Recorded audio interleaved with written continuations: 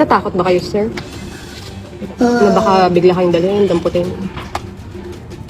And what do you feel, sir? Sabi mo kanina, kung nararamdaman lang ng Pangulo ang nararamdaman mo, how would you describe how you feel, sir? Very low. The lowest point of my life. Ikaw ba naman? Nagkapapala gusto mo, I have said, no, ang service talaga.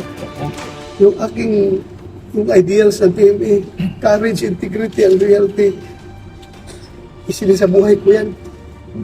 Lahat. Ginawa ko. Tapos, ngayon, ganito mangyari sa akin. Huwag niya akong ipadala sa dahil. Yun lang naman. Kahit sa court dito sa Pilipinas, pareho ng Pilipino, Mr. President. Pareho ng Pilipino, kung pwede lang. Kung meron akong pananagutan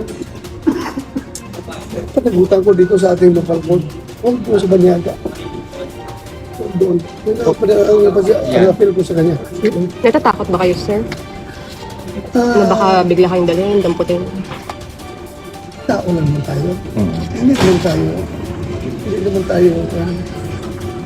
Despite sa aking mga pinagdaanan, the more I am humanized sa lahat ng trials, lahat ng hardship na aking dinaanan.